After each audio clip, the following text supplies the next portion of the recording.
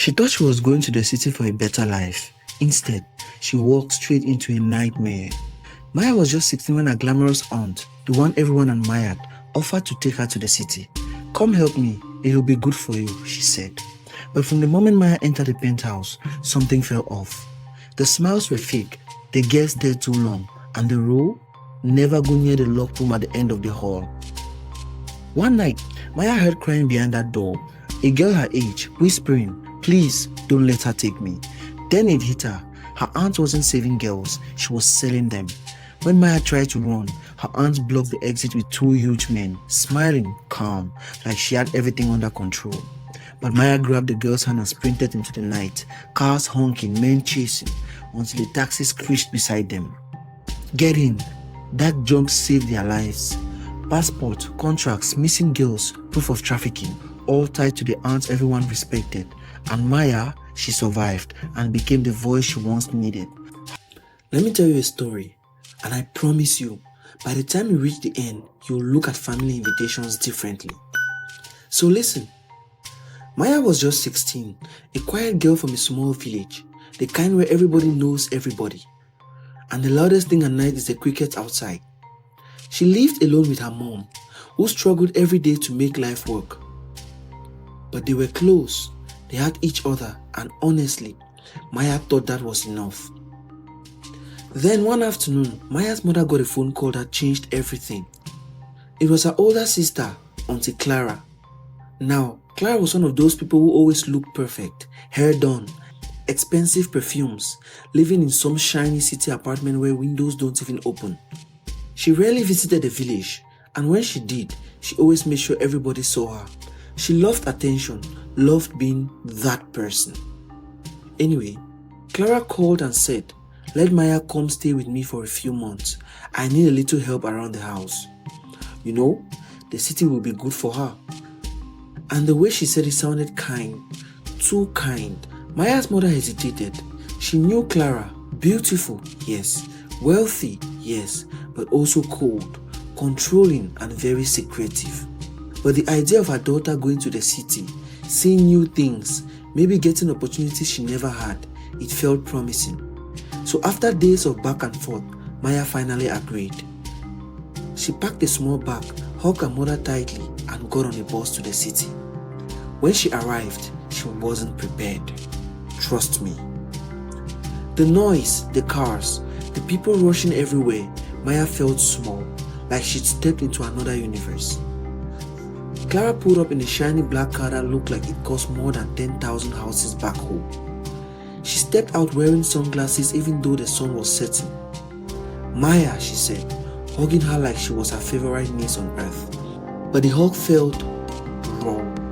Too long, too sweet, like someone acting a role. Maya brushed it off. Maybe Clara was just being nice. Now when they reached Clara's penthouse, Maya's jaw dropped. Glass walls, golden decor, art on the walls that probably cost more than her school fees for 10 years. Clara lived like royalty. But the warmth ended right there. On Maya's first night, she heard Clara talking in her office with two men, whispering. Strange words floated out. "She's perfect. When is the transfer?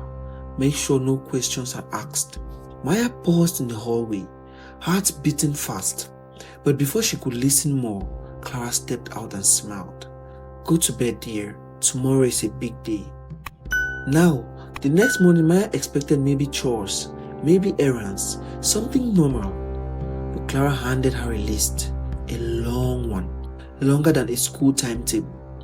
Clean the house, prepare breakfast, serve drinks when guests visit, iron clothes, organize paperwork, and one more rule: never go near the locked guest room at the end of the hall. From day one, Maya realized she wasn't there to help. She was basically a maid, and not even a paid one. But she didn't complain. She kept telling herself maybe it was temporary. Then the guests started coming. Men in suits, women dripping in diamonds, people who talked too low, smiled too much, and stared at Maya for a little too long. She felt eyes scanning her like she was something to buy. One day she asked Clara softly, "Auntie, Why are they staring at me like that? Clara turned around with a cold, slow smile. They appreciate beauty, dear. Just behave. That smile sent a chill down Maya's spine. Things got stranger. Late at night, Maya heard crying coming from the locked guest room. A girl's voice, soft, afraid.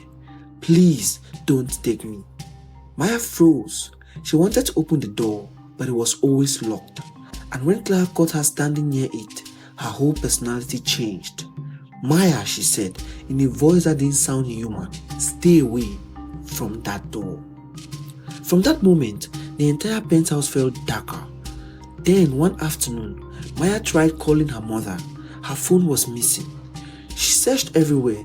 Clara walked in holding it casually. Oh, I took it, she said. The city is dangerous. You don't need distractions. Distractions? That night changed everything.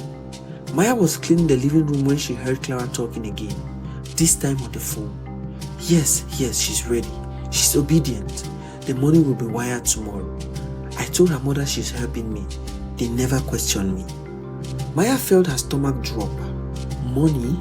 Ready for what? Why would someone pay for her? Then Clara said something that made Maya almost faint. She trusts me.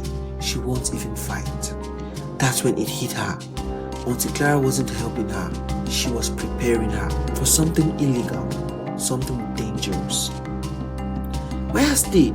She had to escape. Around midnight, she slowly packed a small bag and tiptoed through the hallway. When she reached the locked guest room again, she heard the girl inside crying. Maya paused. She couldn't leave her. She tried the doorknob. For the first time, it was unlocked. Inside, she found a thin, terrified girl around her age. What did she do to you? Maya whispered. The girl shook her head. She keeps girls here, then they disappear.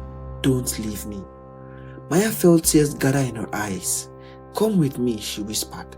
They ran, but as they reached the lobby, Clara appeared. Dressed in silk, calm, smiling. Going somewhere, Maya? She asked. Behind her were two big men, Clara's security. The other girl squeezed Maya's hand, terrified. Maya didn't think, she just ran. They burst into the street, cars honking, people yelling. Maya dragged the girl with her, running like her life depended on it, because it did. The security men chased them through traffic, and just when it looked like they'd been caught, a taxi screeched to a stop right beside them. The door flew open. Get in, the driver shouted. Maya hesitated, but she didn't have time. They jumped in and the taxi sped off. The driver kept checking his mirrors. I've been watching that woman for months, he said. She's involved in something bad. Young girls aren't the first. I'm taking you to the police. Maya and the girl burst into tears, part relief, part fear. The police raided Clara's penthouse the same night, and what they found: passports, contracts, hidden cameras, photos of girls who had gone missing, financial documents linking Clara to a trafficking ring. When Clara was arrested, she didn't cry. She didn't apologize. She didn't even act shocked.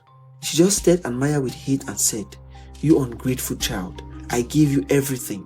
But the officers dragged her away. Maya was reunited with her mother the next morning, and that woman cried like she was trying to wash away the whole nightmare with her tears. The girl Maya rescued went home to her family. The taxi driver received an award for bravery. And Maya, she didn't stay silent. She used her experience to help organizations that protect vulnerable children from exploitations. She became the voice she once needed. And to this day, she says one thing: sometimes danger doesn't always come from strangers. Sometimes it comes from wearing a smile and calling your family.